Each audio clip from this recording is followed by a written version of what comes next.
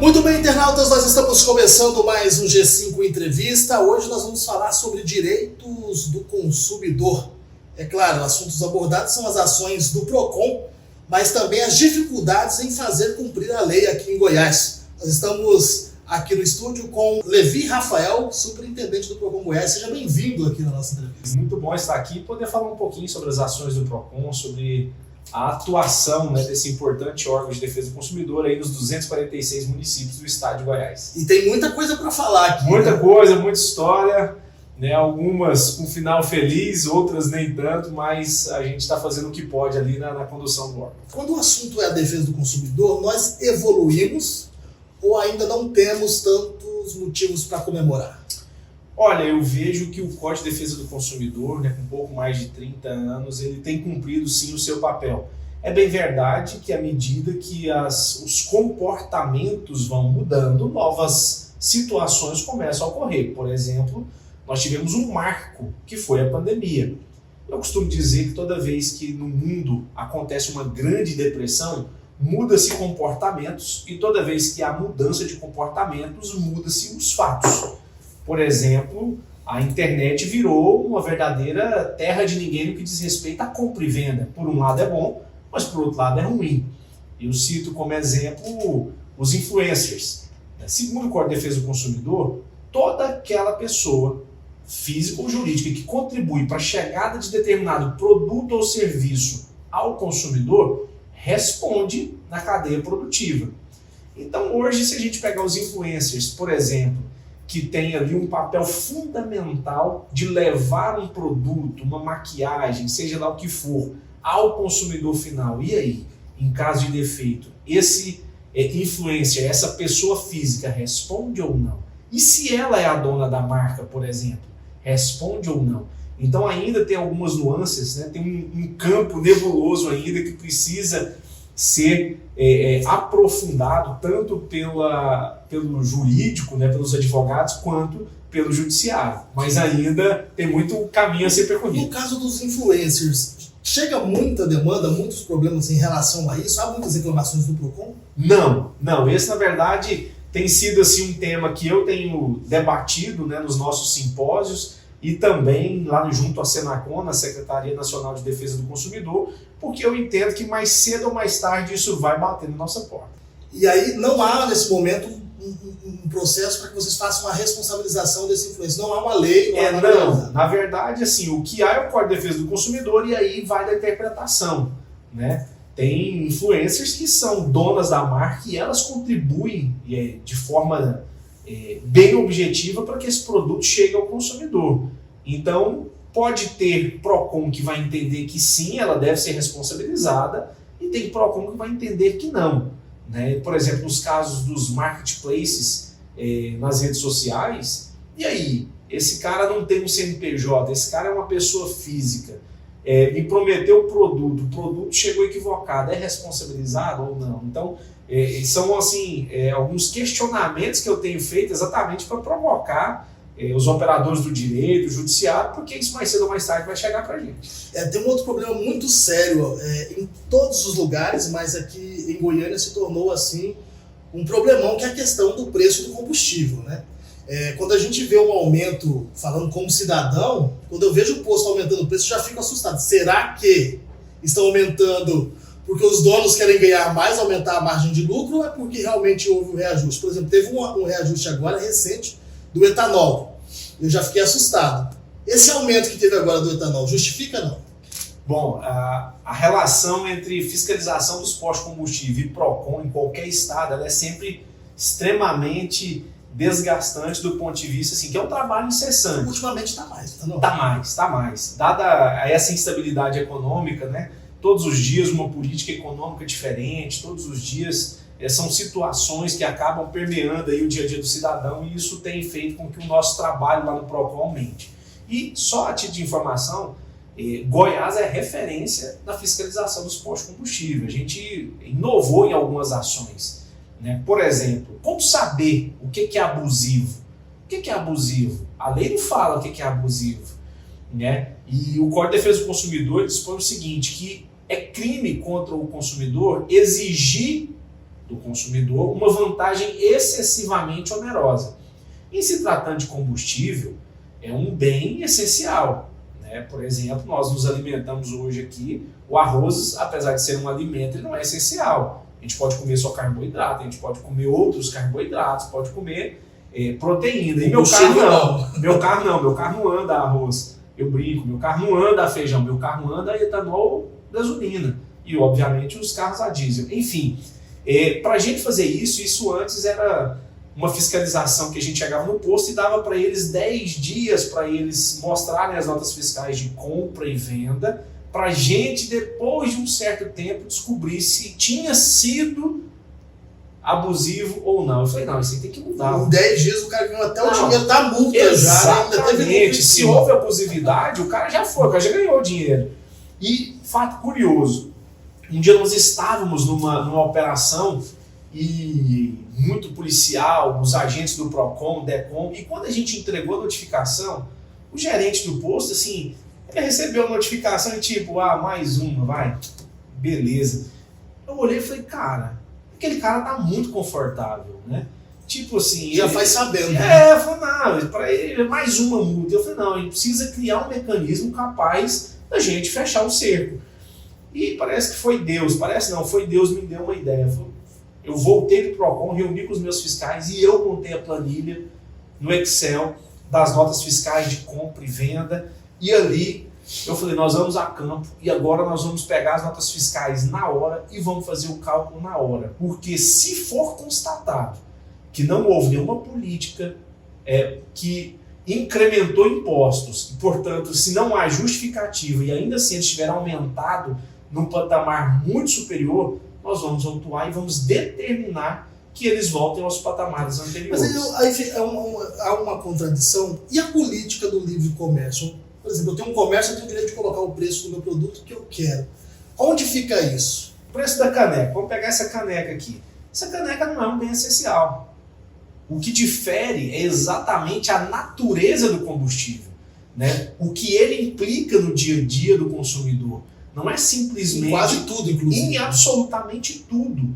Você percebe que quando há um aumento no diesel, aumenta o pãozinho que a gente come pela manhã. Por isso que o combustível é tratado de forma tão peculiar. Porque ele é um bem essencial hoje. A circulação de mercadoria, né? Que você não tem como vir trabalhar se não tiver uma condução, se não tiver um combustível. Estou falando do transporte coletivo, estou falando da sua moto, do seu carro. Por isso que a gente fez isso. E quando nós montamos essa operação e fomos a campo, aí nós constatamos na hora que em determinados casos, o fatídico dia 12 de setembro de 2022, nunca vou esquecer esse dia, que foi esse dia que todos os postos de Goiânia aumentaram simultaneamente os preços de combustível. Bom de memória, hein? No mesmo patamar. Né? Todos aumentaram no mesmo dia. Como se fosse um cartel. Na mesma hora, como se fosse um cartel. Parece que alguém apertou o play, todo mundo subiu. E aí a gente, já de posse dessa planilha que nós tínhamos elaborado, fomos até a campo e detectamos que em alguns casos a margem de lucro estava saltando de 14%, 18% para 40%. Então, nesse dia específico, nós constatamos a abusividade, determinamos que fosse voltado aos preços aos patamares anteriores. E a partir daí, a gente fez todo um mapeamento dos postos de combustível em Goiânia, que hoje a gente consegue ter uma dimensão exata. Então, por exemplo, com relação ao etanol, que você me perguntou, esses aumentos eu já monitorei e são apenas repasses que estão sendo feitos das usinas. Nós estamos prestes a entrar na safra do etanol, ou seja, agora é que vai começar a produção de etanol. Abril, maio, iníciozinho de junho é que começa a produção do etanol. Então, na verdade, nós estamos no finalzinho. Então, escassez de produto. Se tem menos produto, aumenta. Pode ser que aumente até um pouco mais agora. Agora a tendência, eu acho que aí dá uma estabilizadinha e aí começa, a hora que a gente entrar na safra mesmo, aí o etanol volta a ter uma queda. O preço está alto, ainda está salgado, né? Em relação a um outro problema, superintendente, que é as empresas de consórcio e financiamentos. Não sei nem se eu posso chamar de consórcio de financiamento, porque em algumas se constata mesmo um golpe contra o cliente.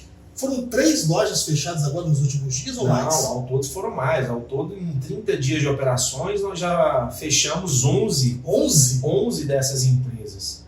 engraçado, fato curioso é como que se deflagrou toda essa operação, né?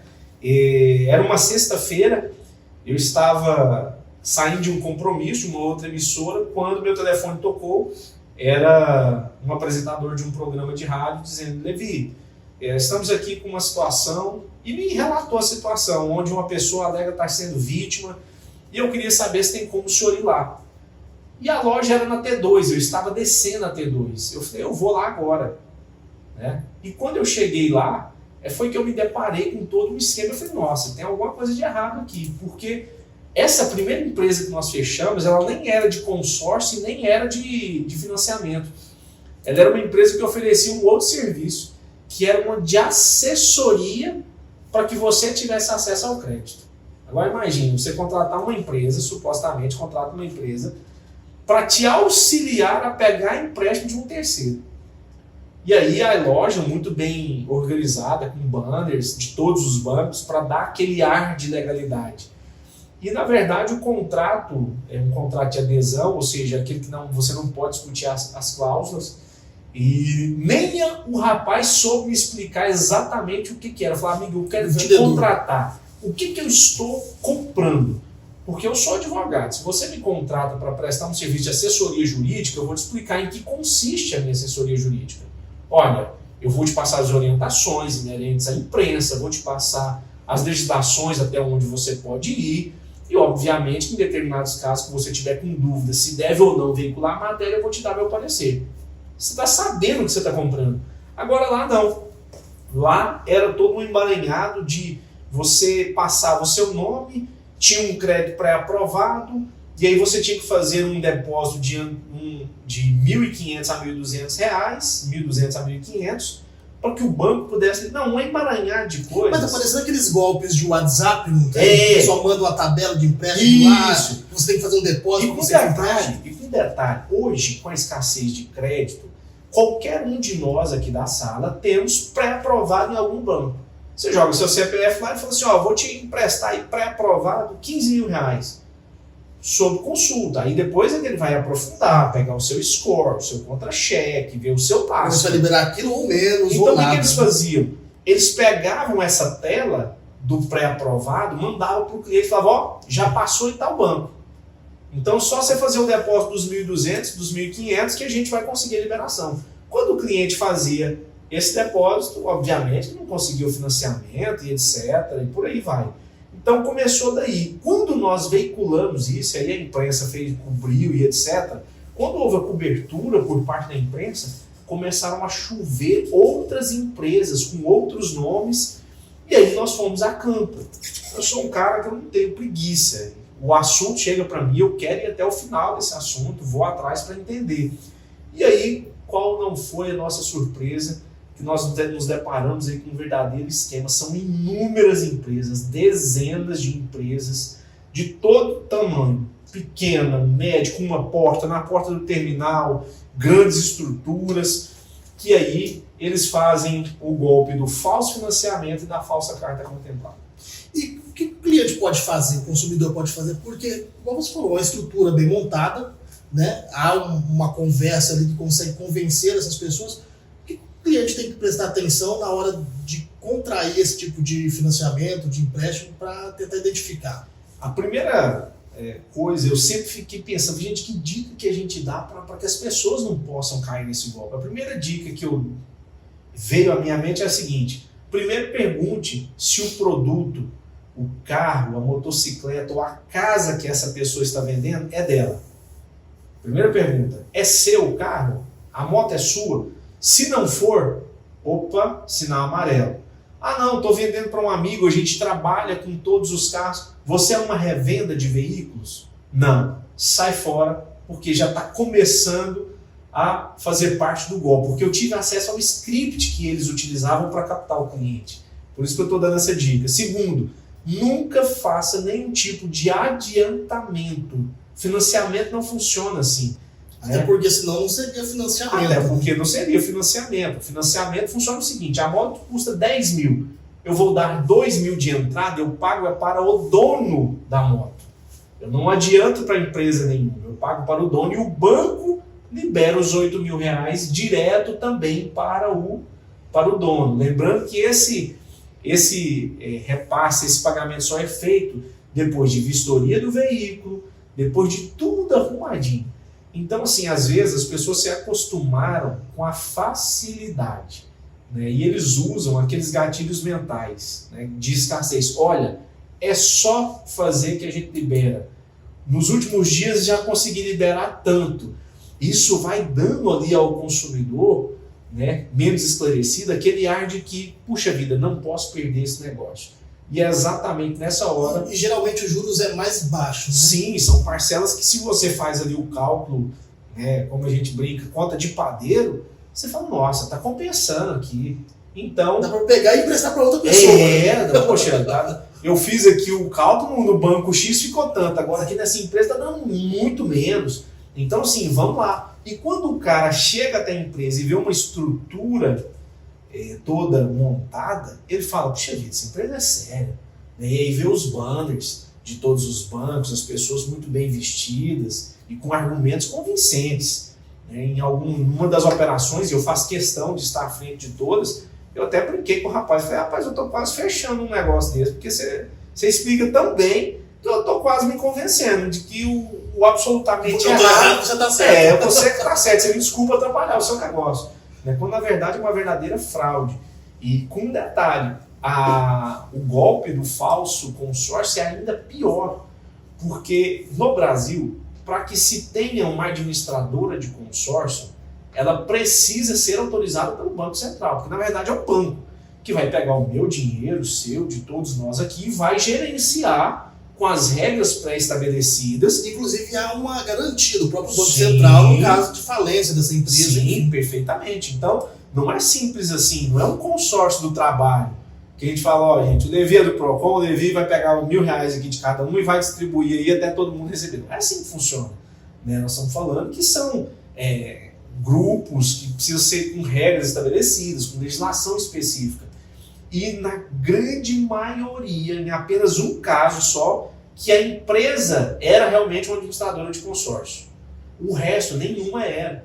Em nenhum dos casos que nós interditamos, a suposta administradora de consórcio estava com o seu CNPJ suspenso por determinação judicial desde setembro de 2022. Mas aí, nesse caso, o que acontece com essas empresas, as pessoas que estão acima dos funcionários? Quais são os procedimentos? Bom, essas pessoas, esses responsáveis, vão responder criminalmente por crime contra as relações de consumo, contra a ordem financeira, porque estão trabalhando de forma equivocada. E aí, um dos casos até me perguntaram, poxa, mas quando é que você interditou a nossa empresa, quando é que você vai liberar? Eu falei, nunca mais. Meu amigo, a sua empresa ela está constituída com a finalidade única de lesar o consumidor. Não é uma mera adequação que você precisa fazer. Você precisa começar do zero. Você quer vender consórcio? O consórcio é ótimo. Eu tenho um grupo de consórcio, né, de imóvel, é muito bacana, você realmente paga um juro muito menor. É planejamento, eu já tenho meu imóvel próprio, é um investimento que eu estou fazendo. Então, assim, o consórcio é legal. Agora, o que não dá é para você colocar o seu dinheiro numa empresa que você não está nem sabendo quem que é. Então, por isso que a gente orientei eles. Quer vender o consórcio? Primeiro, seja dentro do seu CNPJ, dentro do seu objeto social, uma empresa que venda consórcio. Segundo, a administradora para quem você trabalha precisa ser autorizada pelo Banco Central. E terceiro, jogue claro com o seu consumidor. Diga desde o início que se trata de um consórcio. Que muitos acham que está fazendo financiamento e é onde... porque assim, nós brasileiros, essa questão do financiamento, ela é uma jabuticaba. O brasileiro gosta de uma parceria. É jabuticaba, só tem no Brasil, né? Esse tipo de financiamento. Então, qualquer que seja o diálogo, se eu falar assim, vou te vender aqui essa caneca, você vai me dar R$100 de entrada e o resto parcelado. Você já subentende que é um financiamento. E é isso que eles usam. Você vai dar X de entrada e vai parcelar. Mas preste atenção nessa palavra. Financiamento você vai dar uma entrada. O consórcio você vai dar um lance. Exatamente, são nomes diferentes. Então, e com detalhe, o consórcio até existe, eles falam a entrada, Mas não é entrada, é a taxa de adesão. Você vai aderir ao consórcio, você vai pegar o grupo andando ali, tem toda uma regra, né? E num caso foi muito engraçado que eu falei assim, beleza, vocês têm quantos clientes? Ah, temos 3.000 clientes. Eu falei, quantos já foram contemplados? Aí um olhou para o outro, o outro olhou para um. Eu falei, exatamente, 3.000 clientes. Quais foram as últimas contemplações? Deixa eu ver. Ah, não, peraí que eu vou te mostrar como é que dá o lance. Aí quem dava o lance era o próprio consultor da empresa. Não tem um site que você passa para o consumidor ter acesso. Não. Ele é que me autoriza a dar o lance. Não, gente, vocês só podem estar de brincadeira. Então, assim, essas empresas, elas realmente foram criadas com a finalidade de obter uma vantagem ilícita e, obviamente, lesar o consumidor. E, em alguns casos, assim, chega a dar dó. Tivemos um caso no Procon que o cara, pasme, o cara deu 40 mil reais de entrada para uma suposta empresa dessa, acreditando estar dando a entrada da sua casa.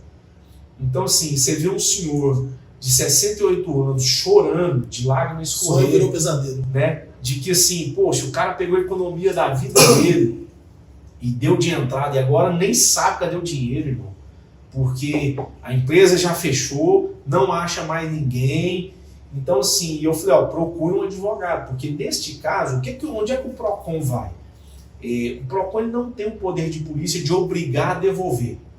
Eu devolvo assim, olha, você deve devolver para ele. Você não vai devolver, não. Eu vou te autuar por descumprimento das normas de defesa do consumidor.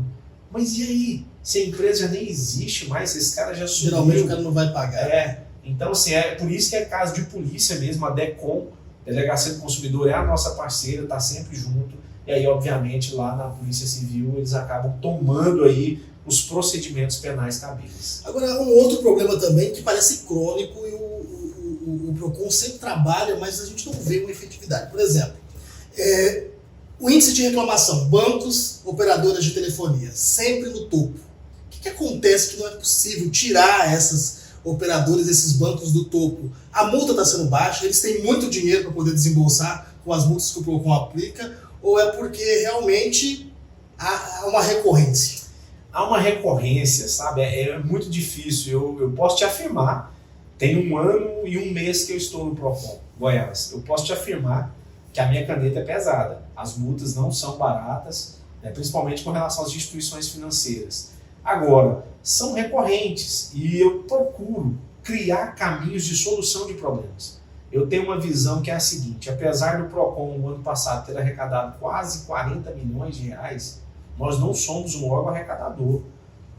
Então eu prefiro ter um sorriso no rosto do consumidor do que dinheiro no cofre do Estado. Quem tem que arrecadar é a Secretaria de Economia. Porque a finalidade do Procon é evitar. Exatamente. Então, sim, se eu estou chegando atrasado nas reclamações, é porque o Procon não está fazendo o seu papel preventivo.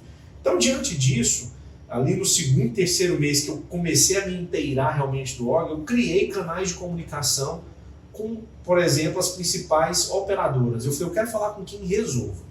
Não me passa. Você achou? Achei. Pior que achei. A gente não acha nunca. Pior que achei. Eu falei, eu quero falar com quem resolva. Depois de que eu falar com essa pessoa, eu não preciso falar com mais ninguém. Tem que ter autonomia. Então, por exemplo, hoje, a Claro tem um ponto de atendimento dentro do Procon com autonomia total para resolver os problemas. A TIM é uma operadora sensacional no tratamento com o Procon. Todas as reclamações que nós levamos à ouvidoria da TIM, tivemos 100% de êxito. E já com relação aos bancos, por incrível que pareça, os bancos estatais, Banco do Brasil e Caixa, são os que mais me dão problemas. Né? Porque os bancos privados têm todo um sistema de compliance, tem todo um sistema de gestão capaz de mitigar esses gargalos. O público deveria dar exemplo pelo contrário. Mas ainda assim a Caixa é um problema, até porque a gente leva em consideração, né? Todo mundo tem algum tipo de relacionamento com a Caixa Econômica Federal. Seja correntista, seja por um financiamento imobiliário, seja por um empréstimo consignado, e o Banco do Brasil é a mesma coisa. Então o volume que essas duas instituições atendem é muito gigantesco. Por exemplo, todos os benefícios sociais existentes hoje no país é via Caixa Econômica Federal. Então, é natural que haja essa recorrência, mas a gente tem feito um trabalho junto a essas instituições. O superintendente da Caixa aqui em Goiás é um cara fantástico. Mas apesar da gente ver elas lá no topo do índice de reclamação, reduziu o número de reclamações? Reduziu. A gente consegue perceber, por exemplo, uma queda aqui no estado de Goiás. Nós só temos uma companhia energética, era a Enel, agora é Equatorial, né? Na verdade, muda só a gestora da concessão. A concessão é a mesma. Tanto é que a Equatorial, quando ela assume o estado, isso é importante até para o nosso telespectador, nosso consumidor saber, nossa, e agora? Tem um problema com a Enel saiu do estado. Não, a Equatorial responde integralmente. Assumiu mesmo. Mas dá continuidade. Vai dar continuidade à concessão. A concessão não só assume todos os processos, seja em âmbito administrativo ou âmbito judicial. Então, assim, a gente percebe que, por exemplo, com a Enel, houve uma queda. Quando a Enel saiu em dezembro, se comparado a março de 2022, quando eu assumi o PROCON, nós tivemos aí uma queda de quase 22% do número de reclamações. Com a Equatorial assumida, é isso? Não, com a Enel, Com a Equatorial, nós já fizemos um trabalho diferente. Quando eles assumiram, ali dia 1º de janeiro de 2023, nós já vimos acompanhando a transição. Inclusive, foi uma verdadeira força-tarefa quando nós detectamos, interceptamos um e-mail onde a Enel determinava a interrupção do sistema de manutenção preventiva. E aqui em Goiás nós sabíamos que ia chegar o período chuvoso, então aquilo nos deixou espantado. Imediatamente comunicamos o governador, que tomou as providências e graças a Deus não entramos em colapso. Então a gente veio acompanhando a Equatorial e já dando a eles o caminho das pedras e mostrando as necessidades que Goiás precisava. Então é lógico que é um longo caminho.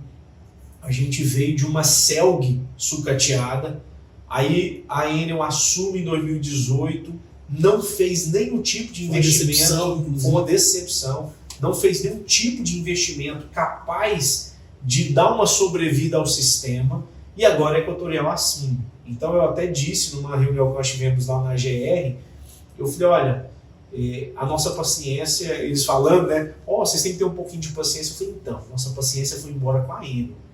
Então agora vocês vão ter que... Também curto, infelizmente. Infelizmente nossa paciência está... Mas se comparado nesse período que a Equatorial já está aqui com a Enel... Não, já é perceptível uma queda no número de reclamações. Caiu.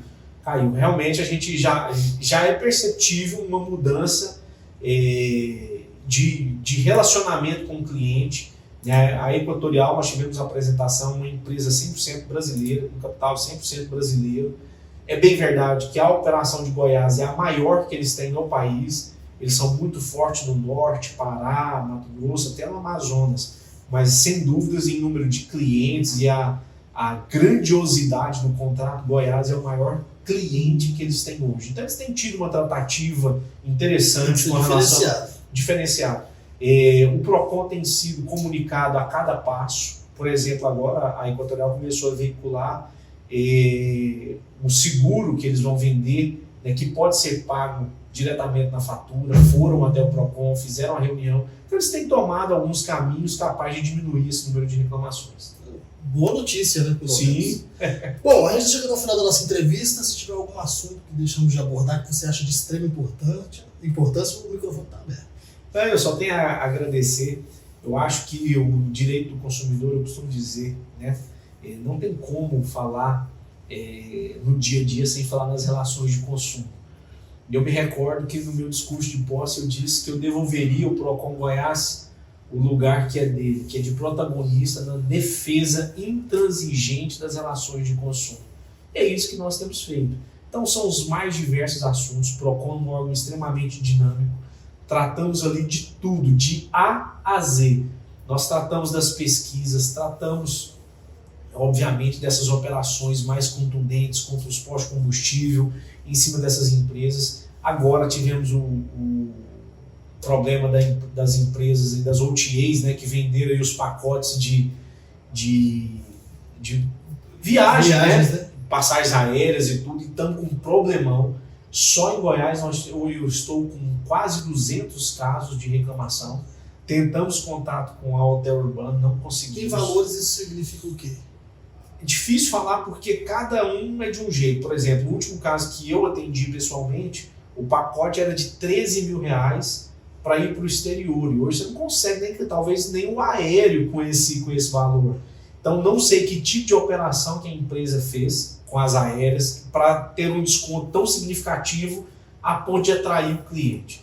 Então assim, essa é mais uma ação que o Procon Goiás, junto com o Ministério Público, está à frente. Então, vou dizer que em Goiás, pode confiar, o Procon é ativo e naquilo que depender de mim, né, pode ter certeza que o consumidor não será lesado. Onde o consumidor pode denunciar?